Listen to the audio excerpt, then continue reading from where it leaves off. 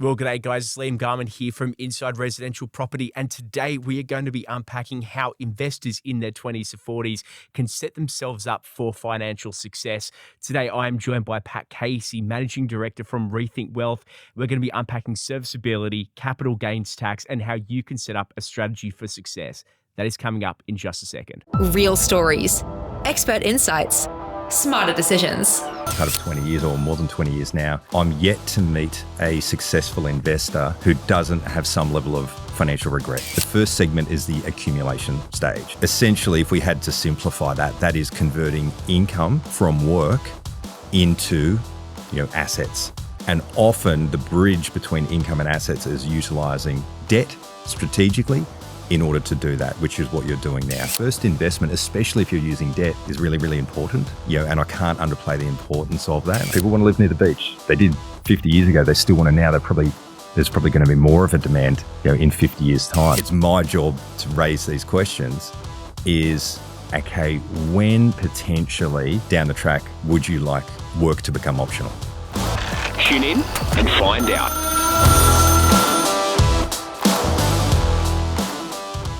Well, good day, everyone. It's Liam Garman here, co-host of the Inside Residential Property podcast. And today we have a fantastic episode, especially for people who are investors in their 20s to 40s. And we're going to be unpacking some of the financial strategy behind portfolio growth, the complex world of serviceability, capital gains tax considerations, borrowing capacity, and the decision frameworks investors need as they transition from accumulation to optimization. And to help me today, we do have an investor who has joined us online, but to help me unpack his portfolio, I'm joined by a man that needs no introduction, but I'm going to introduce him anyway. Pat Casey, Managing Director of Rethink Wealth. Mate, welcome. This is our first podcast together, I think. It is. Give us a little bit of insight. Rethink Wealth. I know Rethink it's got a lot of business units. What do you do at Rethink Wealth? So Rethink Wealth is the financial planning business of the Rethink Group. We launched mid-2025, so relatively new still to the Rethink universe. But myself, I've been in the financial planning game since the early 2000s. So I've been around quite a while now. I've known Scott O'Neill for most of that time there as well, and decided to formalise things and launch Rethink Wealth in August 2025. And it's been a wild ride since, but a good ride. That's fantastic. So you have a lot of investors that are coming through on their journey looking for that little bit of extra insight into how they can keep growing. Yeah, definitely. And people coming to me at all different stages of their life and their investment journey as well, which is really interesting. And, one of the beauties about my role is I get to talk to people, in their 20s. I get to talk to people in their 30s, 40s, but I also get to work very closely with extremely successful people who are at the back end, of their investment journey, where they're now, kind of living off the fruits of their labor from previous years. And, they've generated significant levels of wealth. And there's a lot of lessons, over the years that I've learned from, those people, being very successful in business, very successful in their investing journeys, which I can now share, with the younger generation, such as Andrew, who we'll be talking to today, to help them get started and optimize their financial life and maybe avoid some of the mistakes or missteps that previous generations have made, which maybe set them back a little bit. Absolutely. And it's always good to have a good, frank look at your own portfolio. I don't think there's going to be many investors out there that haven't made a small blip on their investing journey. Now, it doesn't need to be a crucial error, but sometimes there are things that you could do better. So looking from other people's success, learning from your own mistakes is incredibly important in this world. And I would now like to introduce Andrew, who is joining us online. Andrew, welcome to the podcast. How are you going? Good, thanks, Liam. Thanks for having me, guys. Now, Andrew, talk us through where is your portfolio at the moment? So currently I've got a principal place of residence that's probably worth about, say, $950 to $1 million in Melbourne, Victoria. And then I've also got a investment property in regional Victoria that's probably worth about $400,000. The loan on that's probably about $790,000. So there's a bit of equity there, but it's been a bit of a journey so far, and excited for what's to come. Now, I've seen a little bit of background into your profile, some of the moves you've made. You've been quite an active investor, it seems. Can you talk us through that? Some of the moves you made, some of the buying and selling that you've done, and what some of the lessons you've taken along that journey? Yeah, so basically it all started in 2018. I bought a two-bedroom unit in Queensland. It was 5 minutes from the beach. Not the prettiest thing, but it was a great price point and it allowed me to get into the market. Kind of sat on that for 6 years and sold it for just over almost double what I bought it for, and then bought into a off the plan house in Greensborough, which is in Melbourne, Victoria. So pretty much bought that. It was about a 2 year build, so all we had to do was put a 10% deposit down, and then we kind of got the benefits of capital growth over those 2 years. And the plan was to live in it, and then the plans obviously changed, and yeah, we ended up selling that. That deal was 50-50 with another family member, and yeah, then we decided to sell that house. Yeah, we did pretty well out of that, and I kind of used that cash to go off and buy my own place in the place that I live in now. So yeah, a bit of an obscure investing journey, but yeah, it's kind of worked out pretty well so far. But there are definitely some things now that I've kind of got a bit more knowledge around the subject that I would have done differently if I had my time again. So, what were some of those lessons that you learned? I think the main one here is that sometimes action is better than perfection. So early on in the journey, I hadn't even thought about getting an investment property, but my brother had bought the one next door, and him and my mum kind of mentioned it would be a good idea. So I kind of did the maths. I said, look, I can pretty much afford this. It doesn't cost me too much to hold a year. I kind of treated it like a savings account because I didn't really know any better back then. And then, yeah, didn't really do anything with it for 6 years and honestly wasn't educated at all. And then, yeah, this kind of next opportunity came up and, yeah, started to educate myself. So, yeah, I think taking action over perfection is a huge part of the reason I kind of built what I've built today. An 80% solution is better than not acting at all, which I think is very sage advice. Now, I'm going to hand over to Pat to unpack the financial strategy a little bit with Andrew. Yeah, well, Andrew, first point of call is, congratulations, on your journey so far, and don't beat yourself up too much, about some potential missteps or financial mistakes. I think, after being in this game for your best part of 20 years or more than 20 years now, I'm yet to meet a successful investor who doesn't have some level of financial regret in terms of previous decisions they've made. Often, oddly enough, some of the most successful investors, we're talking, investment portfolios of multiple seven figures, all they can talk about is the stuff they did wrong, and the regrets that they have. They kind of miss all of the things which were extremely successful, but they just talk about the mistakes, which is odd. So don't beat yourself up too much about that. You've done a good job in terms of taking action, at a very young age. You are not normal. I talk to a lot of normal, people in their late 20s, early 30s who are yet to take the first step. So you've done that. So well done. And it seems like you're going into this with a bit of an investor's mindset there as well. And what I'm talking about there is you're not necessarily just looking in your own backyard.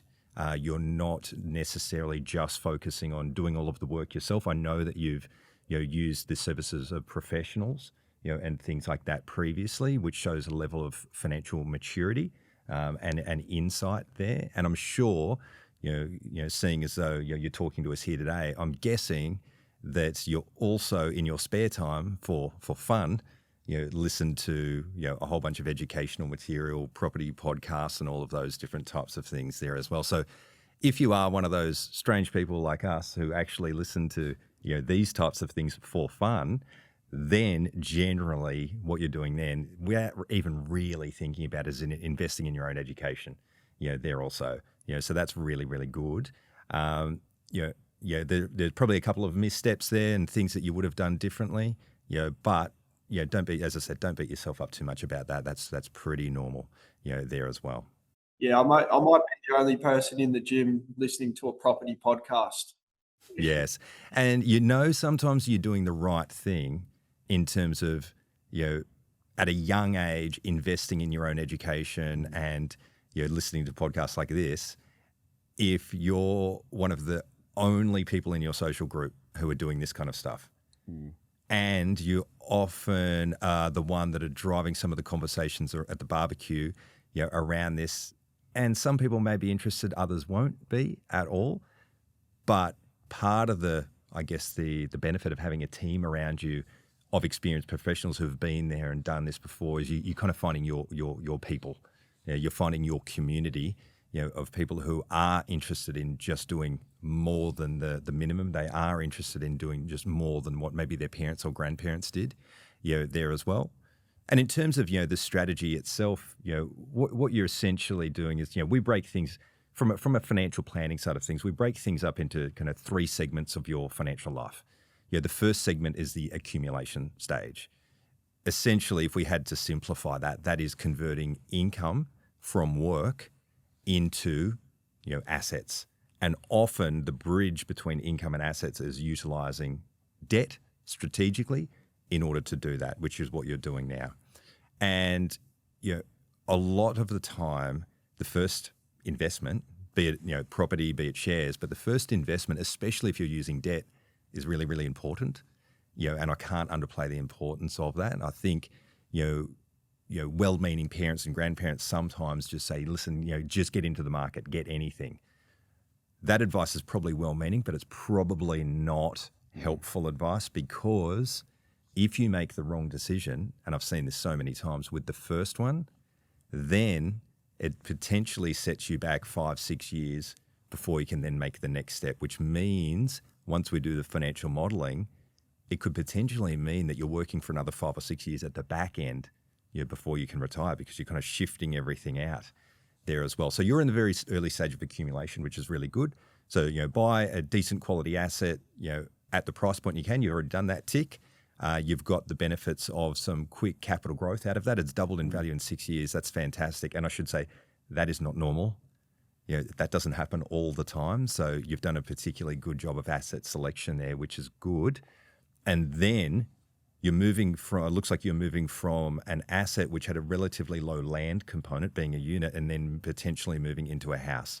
We can talk a little bit more about, the off the plan, house and land package, which is typically a mistake that most people make at some stage. And even though you might make money out of it, what we're talking about here in terms of mistake is opportunity cost. Is it the best thing you could have done? Very rarely is the answer yes to that. But then moving into the next property, having a land component there, existing house, that gives you a lot more opportunity for that land component to grow in value over time. So on the accumulation and journey that you're on at the moment, it all sounds quite sound. And we're still a long way from potential consolidation phase, which comes after accumulation, and then ultimately we end in retirement, which is essentially where work becomes optional. Now, Andrew, I'd love to get a little bit of insight into any questions that you might have for Pat on this, because, looking through your portfolio, it seems over the last few years, you've been quite active, and every trade that you've made, every deal that you've made, you did actually have a few 100K equity uplift from each. So there is a fantastic equity base that you have to launch your scaling from that. Do you have any questions for Pat about your next moves? Yeah, so I've got a few. So currently in the PPOR, I renovated it, so I bought it at a pretty reasonable price. Spent a fair bit on the renovation, and now that the renovation's complete, I'm probably looking to what's next. So yeah, the question I have is more like, should I be renting out my current PPOR, because I understand you've got the 6-year rule, which you can use in your advantage, and then free up some borrowing capacity because I'll have extra income? Or would it be better to kind of sell the PPOR because that's CGT free, and then maybe buy 1 or 2 other investment properties and essentially go down the rent vesting path? Yeah, really good question. And this, I must say, this type of question, this type of scenario is something we're seeing a lot more, probably in the last 5 to 10 years, especially in the last 5 years, really. And that's, with affordability becoming a bit more stretched and rent vesting itself as a strategy becoming more accepted, And we can talk about that a little bit in a moment there as well. Essentially, we're at this kind of fork in the road moment, Andrew, with you. It's a saying, okay, do we continue down the PPOR route, live there, potentially put maybe the next investment property or two on the back burner for a bit until you can kind of get into a borrowing capacity and a financial situation where you're able to execute on that?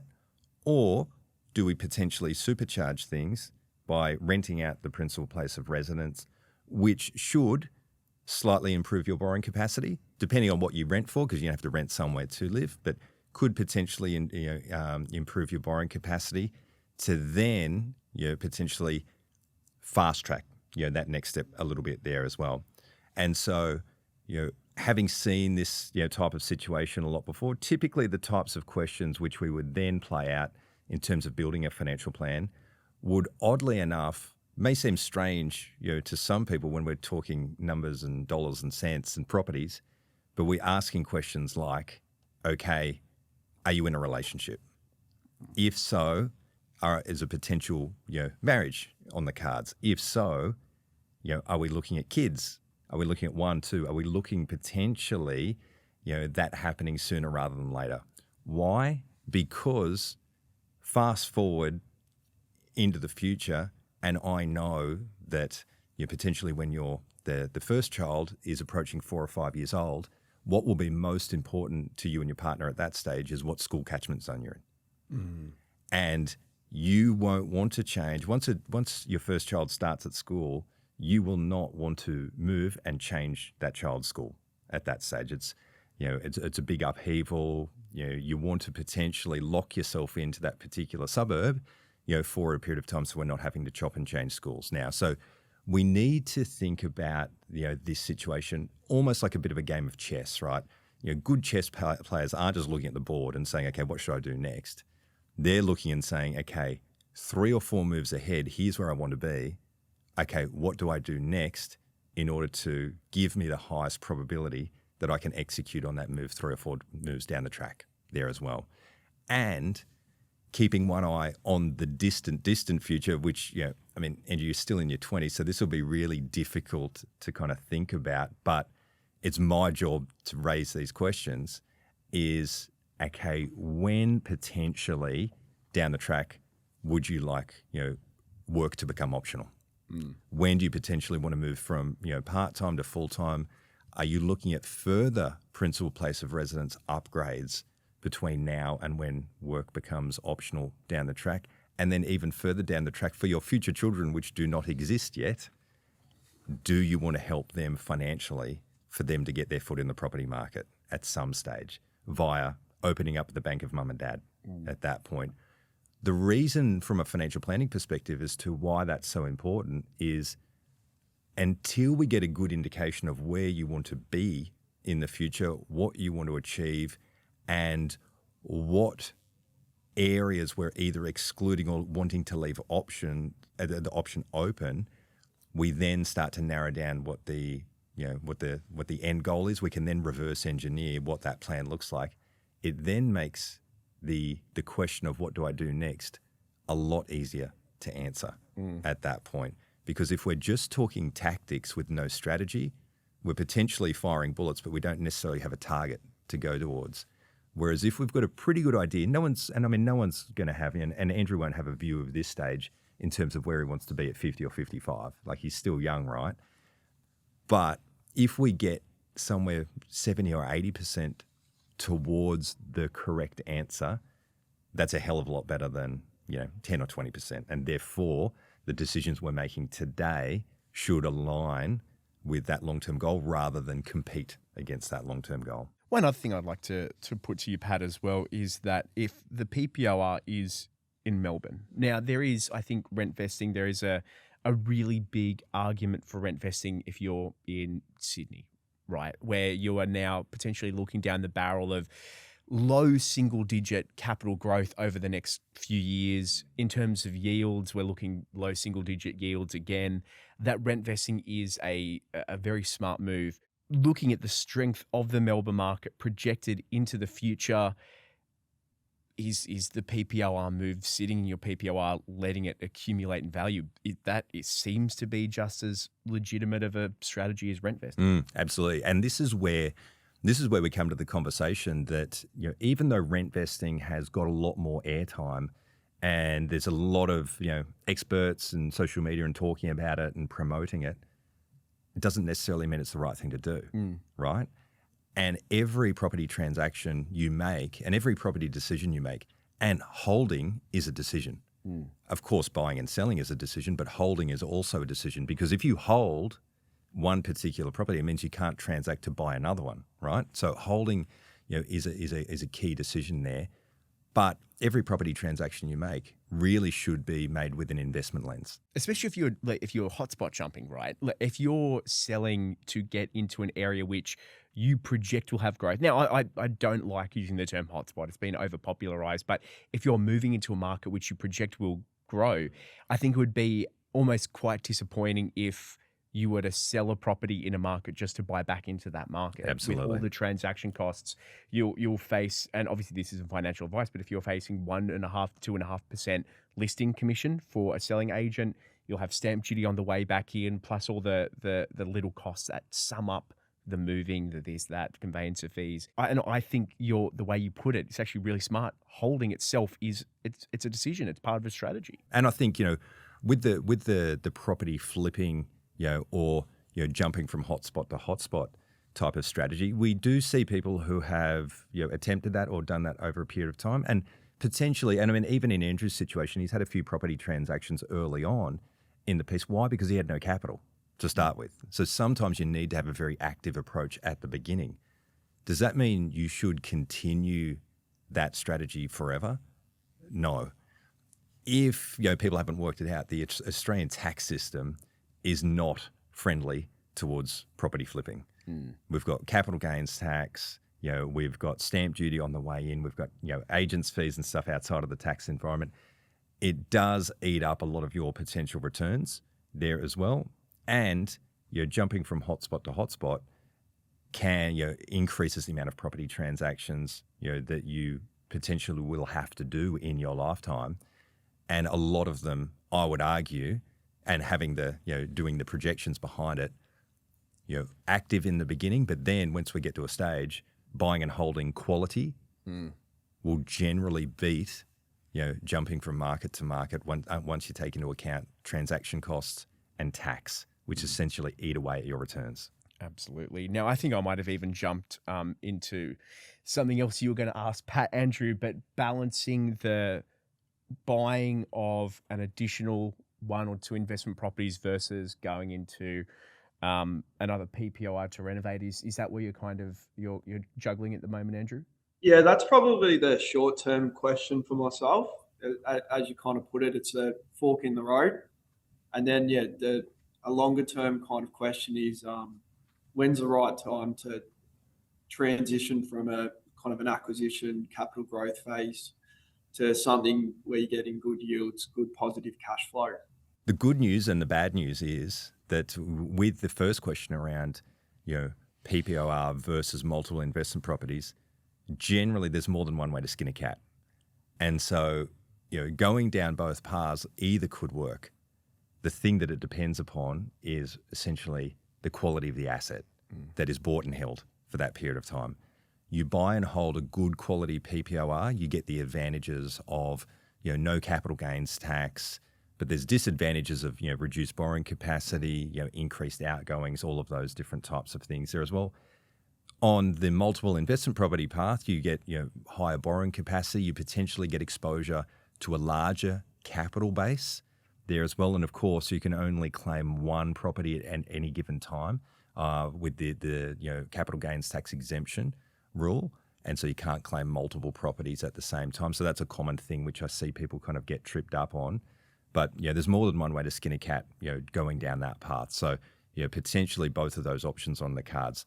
When we talk about the non-financial considerations there as well, I spoke earlier about potentially fast forwarding into a few years when potential marriage, potential kids, things like that come across there as well. I know Andrew's got a dog Potentially sometimes you won't be able to get into a rental property which allows dogs and things like that. So there's those non-financial considerations there to take into account also.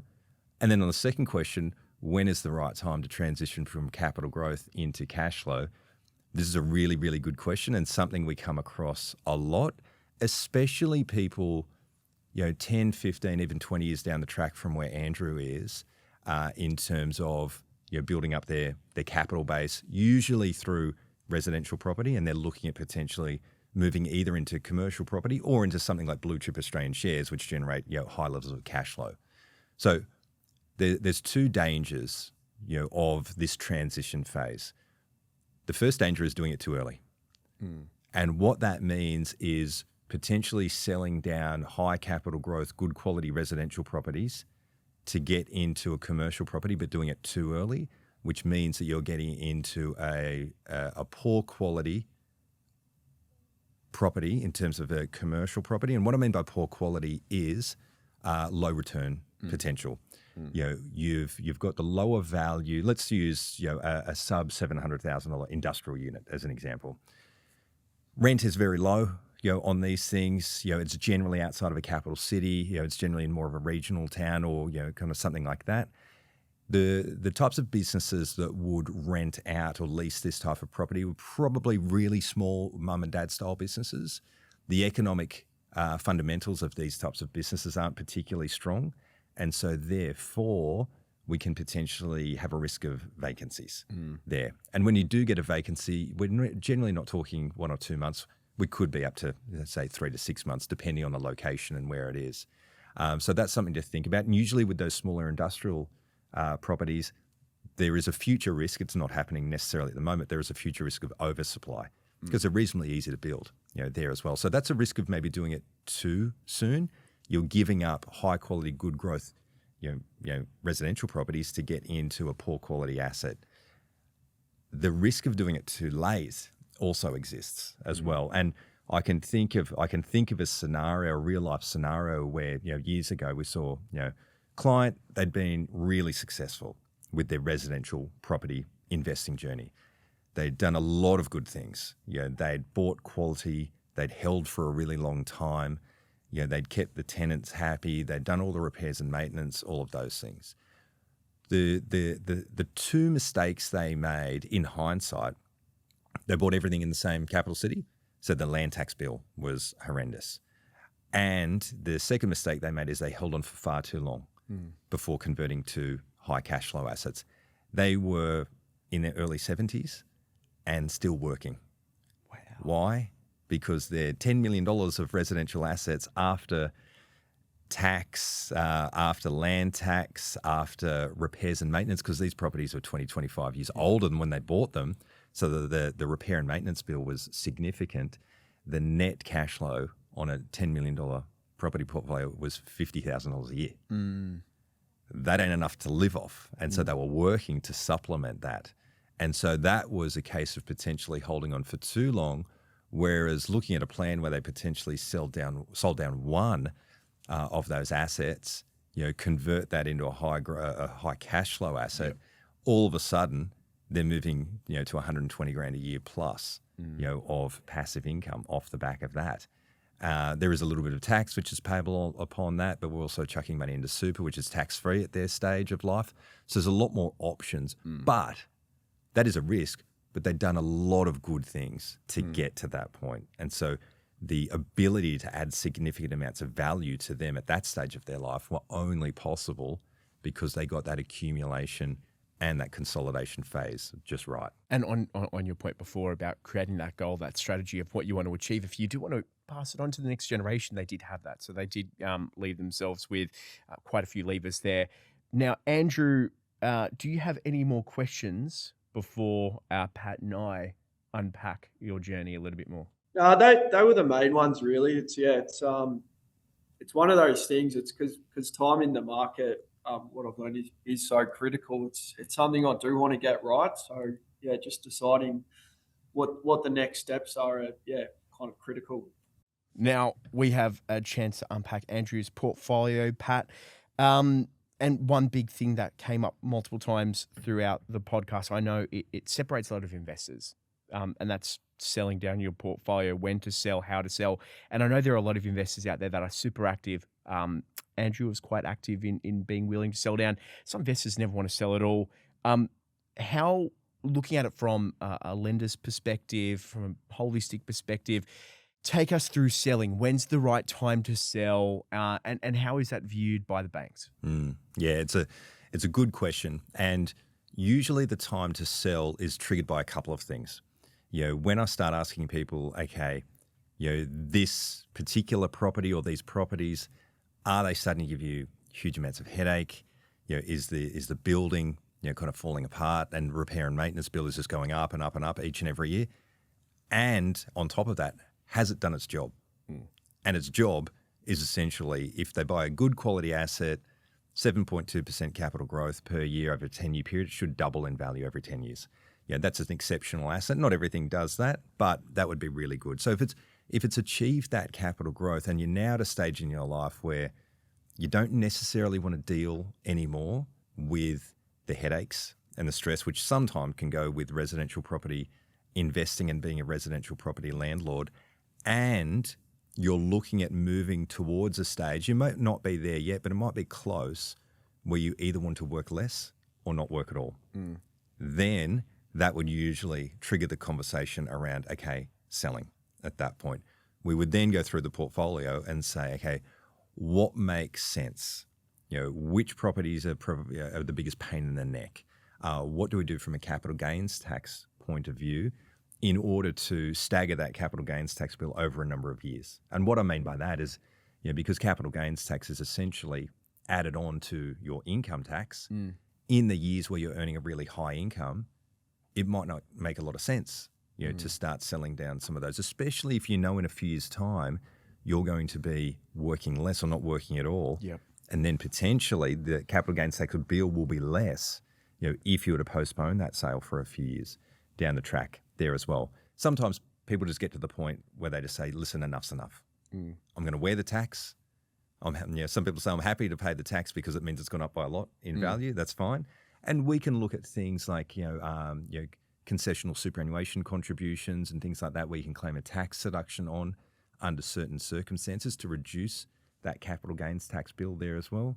And the other thing we'd look at is the ownership structure there, because I'd say the vast majority of residential investment properties which I've seen are either owned by an individual or owned in joint names, by a couple. And so potentially that has implications in terms of who wears the capital gains tax. There are certain circumstances where, assets are owned under trusts or very rarely companies, and even things like self-managed super funds there as well. Each of those ownership structures have their own capital gains tax obligations and their own considerations which need to be made. But the important thing is we don't necessarily make any decisions just in isolation. If we're selling something, we already know what we're going to be doing next. And it's important to do that, because we don't want to get into a situation where we sell because it sounds like a good idea at the time without necessarily having the plan of what to do next. Then we might sit on our hands for a year or two only to realize that actually that money's just been in the bank for a couple of years, not really doing anything. We probably would have been better off holding that property for another couple of years until we're ready to execute on the next move there. So that next move could be, superannuation contributions. It could be commercial property. It could be going for a higher value, higher quality, residential property. Whatever the move is, it should be predetermined before anything is executed in terms of the sale. You don't want to just be shooting from the hip. You do need to have that long-term goal. Yeah. You also mentioned it a few times about holding a PPOR and the impacts that has on serviceability.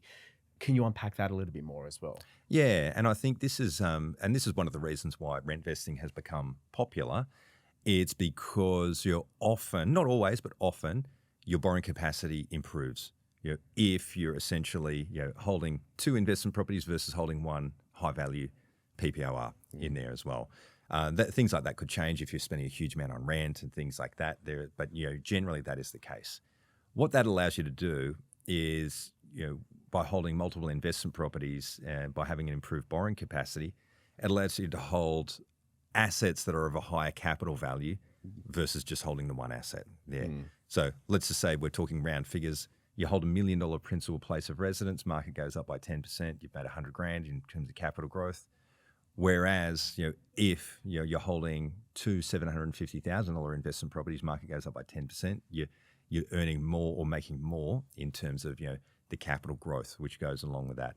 Sure, there are implications with selling and all of those different types of things, but if we're just talking pure capital value, that's something we're looking at.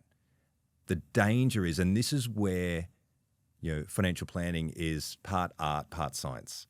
And I need to put my hat of experience in the real world in terms of what actually happens. Often, rent vesting is a means to an end. And if you really drill down with a lot of couples, they do have aspirations of getting into their own home at some stage. They realize they can't get into the forever home right now, but they do want to see a scenario where that is possible in the next 5, 10, 15 years down the track. Rarely do we have a situation where people say, I'm happy to rent forever. I'm happy to rent forever. I just want to rent vest. I want full flexibility and those things. Often when that happens, I can think of probably half a dozen scenarios over the last kind of decade or so, all bar one have changed their mind and gone for a principal place of residence. At some stage. There's only one I can think of that are holding out at the moment, and that's because there's some non-financial considerations, being the fact that they don't know if they're going to stay in Australia. They don't know if Australia is going to be the place for them for the next 15 or 20 years. So their priority is leaving their options open, even if it means a little bit more discomfort in terms of the rent vesting side of things versus principal place of residence. And where it gets challenged is where you get kicked out of your third rental property in 4 years. And people throw their hands up and say, you know what, enough's enough. The investment properties have done well. Rent vesting, it's done its job. We haven't played it out as long as we said we were going to, but you know what, stuff it, we're out. There's a place down here, we can afford it. Might not be perfect, but it's pretty good. We're going to revert back to that strategy at that stage. And that's where the art comes into a little bit, because it might not make the most financial sense on a spreadsheet at that point in time. But often, experience tells me the spreadsheet doesn't always win. It's often the spreadsheet mixed with human emotion, and then finding out what that secret sauce is for that particular family unit in terms of what's going to happen then. But the thing we do know is everyone benefits from acquiring good quality assets at the right time in the market cycle and holding them for a period of time to let them go up in value. Then your options are very, very broad and numerous. Whereas if you don't do that and you just continue down the renting path but miss the other side of rent vesting, which is the investing piece, then essentially you're locking yourself into one option and one option only. That's renting forever and working until you drop dead, nearly. Age pension kicks in at 67. It's generally not enough to live off, especially if you're in Sydney or Melbourne. And so therefore, they're essentially choosing to move into a life where they work until they can't physically anymore, which most people, it's somewhat biased because, a financial planner, most people who see a financial planner have aspirations to achieve more than just the norm. They want to optimize, they want to maximize their financial potential. And so, those types of people generally don't come and see me. The people that come to see me, people like Andrew, they're motivated. They want to do more. They want to maximize their opportunity, and the possibilities which are there. And they realize that potentially they need to build a bit of a team around them to do that. You can only do what you're humanly able to do. If you suddenly woke up one morning, it's January 1, and you realize, having never worked out for 3 years, you were going to run a marathon every day, you're not going to be sustainable. You will crash out. There is an argument that your investment strategy has to be sustainable. It has to be there for the long term. You can't just chop and change. But Pat, I want to get some insight into some of the decision-making frameworks that people use as well. In particular, starting off with the serviceability first investing. Serviceability is really important at all stages of the journey, but especially in the start, right? Because it's the first time you're doing it. you want to make sure that this, whatever investing you're doing and whatever debt you're going into is not going to blow you up in terms of a cash flow side of things. And an investor like Andrew, he's young, right? He's got a life to live. I'm not one of those people that says, go out and save every single dollar that you've ever spent, live on bread and water and save everything for a rainy day. There is such a thing as too much delayed gratification, right? Which sounds odd coming from a financial planner who we spruik delayed gratification all the time. That's where you crash out. Yeah, correct. You're correct. And often we see that the results of that crash out usually hitting late 30s, early 40s, where they say, I've been doing all the right things, but you know what, I've never actually lived. And then potentially they go and do something crazy. Buy a Ferrari. Yeah, or generally at that stage, they're going and buying big ticket items, lifestyle items, Ferraris, Rolexes, those things. Yeah, and you go, okay, well, that's great, but only if you've got a really big capital base over here. And you never, ever want to go into debt for those types of things there as well. But there is such a thing as too much delayed gratification. But when we're getting in the beginning from a servicing point of view, if you really, anyone young who's listening, who's in a couple and potentially kids are on the cards at some stage in the future, if you ever want to scare the pants off you, just go online and do a borrowing capacity assessment calculator for a couple on both earning an income, but then change it to one person earning an income. And one person not working and a child. And you'll see the borrowing capacity drop like a stone there. And so what we then talk about with clients and people we work with is there are certain windows of opportunity for investing where your borrowing capacity is strong, but then that window closes. And it could stay closed for 4 or 5 years. An example of that would be, let's fast forward a few years with Andrew and babies come along. Partner takes time off work. So first of all, we're on maternity leave, and so therefore that cuts out certain lenders, you can borrow less. But then partner returns to work, but child goes into daycare. And anyone who's got a child and is paying daycare or has paid daycare, it is horrendously expensive. And guess what? The bank knows.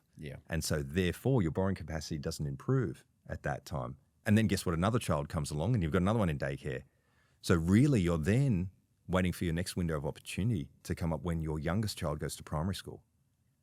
And then fees are less. And then the window of opportunity might open up for 3 or 4 years to borrow and make that move again. But then we're talking about the next window of opportunity closing when high school hits, especially if things like private schools are involved. Because the bank knows, private school fees are really, really high. And, people don't want to chop and change and take their kids out of school. So your borrowing capacity drops.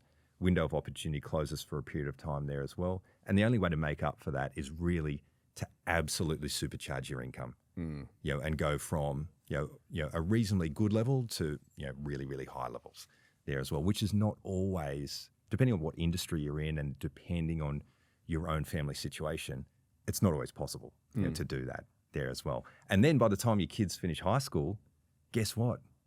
You're kind of too old to really start that journey of accumulating assets at that point in time, because your window of time between then and retirement is too short. So then we're really limiting our options down to pay off your mortgage if you've got a principal place of residence, chuck a whole bunch of money into super, but guess what? Your borrowing to invest days, the window may have closed. You should have done that probably 15 or 20 years ago. Couldn't have put that better. I might need to grab your phone number after this. You also mentioned ahead, planning a few steps ahead and being able to work back, not just looking at the next move. You gave the example of the chess piece. How could someone early in their investing journey, early to mid-20s, how can they do this? Yeah. And it really comes down to begin with the end in mind. And it's easy to say, it's somewhat difficult to do, because not many people in their late 20s, early 30s are really thinking about, when do I want to have the option of working less? Where do I see myself living and working? What financial situation do I want to be in 15 or 20 years down the track? But that's where my job really comes in. And you could hear Andrew ask the question a few times, and this is the question I get asked the most, is what should I do next? And my genuine response is, I have no idea.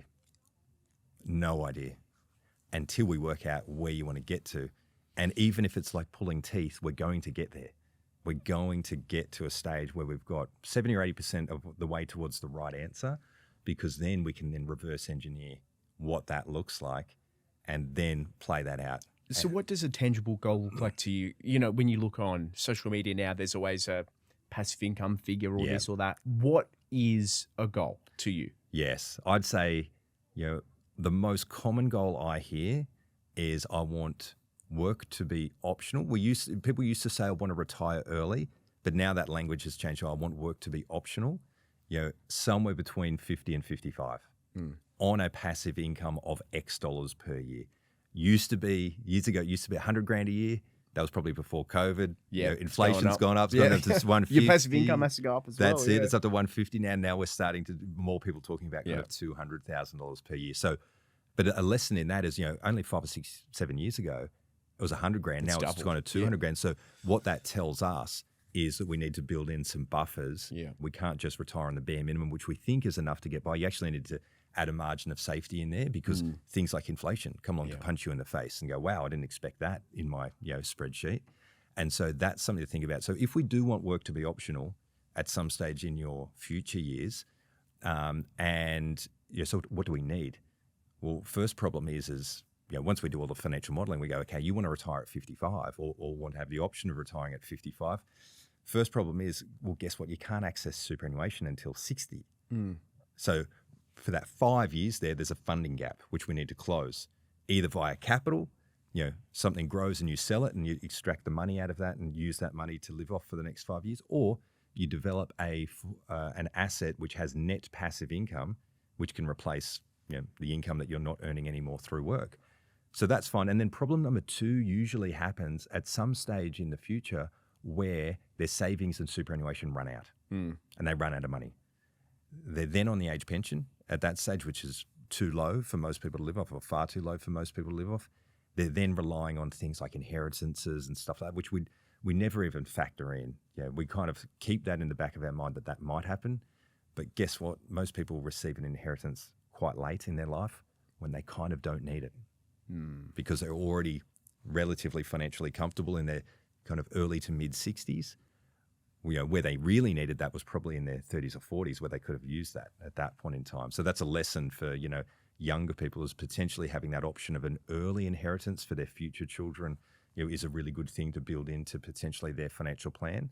But, if they're running out of money in retirement, because the savings and superannuation drop down and there's a 5-year funding gap between 55 and 60, what do we need? We need assets and cash flow from sources other than superannuation. We need to maximize super. Of course, it's the most tax efficient environment we've got. And whenever I talk to property investors about superannuation, their eyes glaze over and, oh, Pat, that's a long way down the track. I don't really care about super. My answer is you should, because it's the lowest tax environment that we have. And so therefore we need to not completely ignore it. Maybe we don't focus solely on it now, but we do need to focus on it at some point in time. But how do we solve a lot of those problems is building a capital base. So how do we build a capital base? We start our investment journey as soon as we possibly can. Why do we do it as soon as we can? In order to allow the longest period of time for the magic of compounding to kick in, there. And so if you try and cram a lot of your compounding into a very short amount of time, it's very high risk. The probability of achieving your goals reduce significantly. Whereas if we can give ourselves a 20, 30-year runway, the probability of achieving those goals becomes far greater there as well. And I think because even though we've had a really good run, and this is probably a lesson for a lot of property investors who are newer to the game, probably even under the age of say 35, is a lot of their financial adult life, things have been pretty good, right? They haven't seen crashes in share markets and things like that. They haven't seen big flat cycles in capital city property markets. But it does happen, right? I think there was an old saying that, in some decades, nothing happens, and then some years, decades happen. And we've been in a period of time, especially in places like a Perth or an Adelaide or a Brisbane, especially where we went from that period where in a decade nothing happened into a handful of years where decades worth of growth a decade's worth of growth kind of squeezed into a very short amount of time. But that doesn't always happen.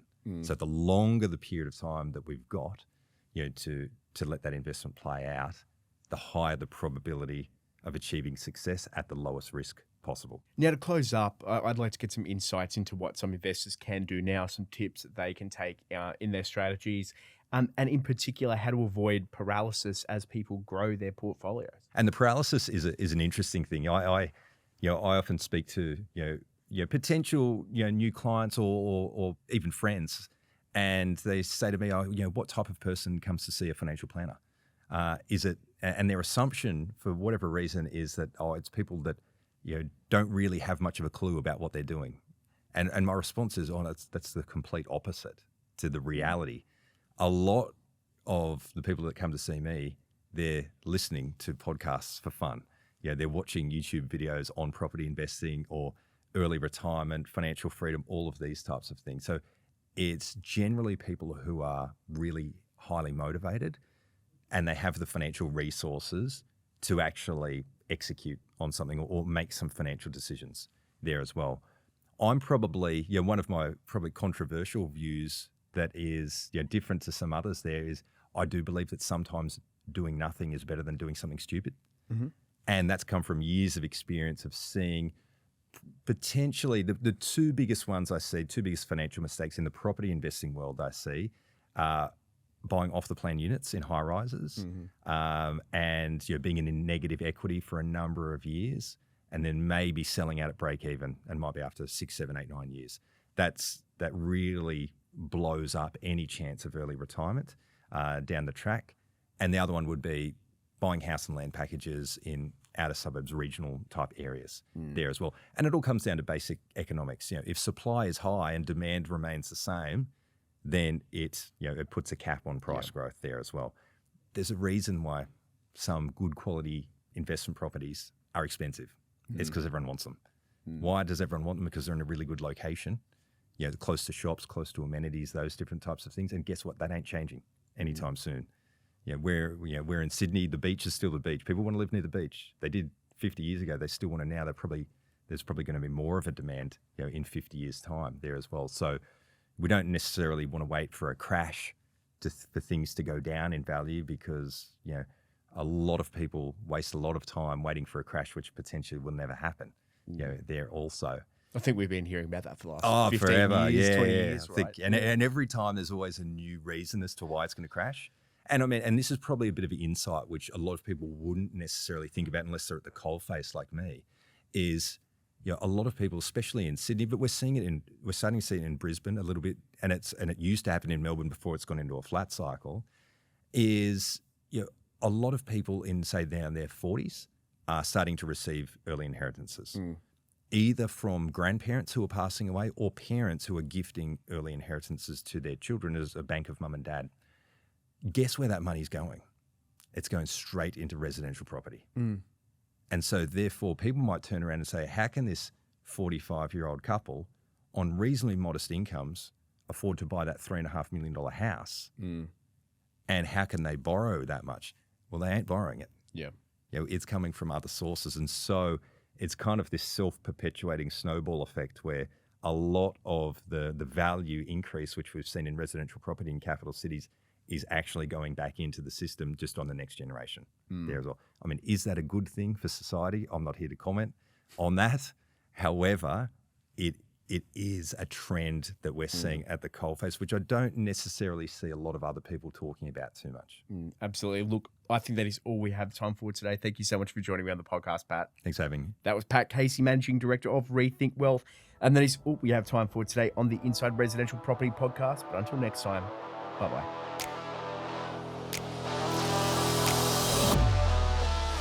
The information featured in this podcast is general in nature and does not take into consideration your financial situation or individual needs and should not be relied upon. Before making any investment, insurance, tax, property or financial planning decision, you should consult a licensed professional who can advise whether your decision is appropriate for you. Guests appearing on this podcast may have a commercial relationship with the companies mentioned.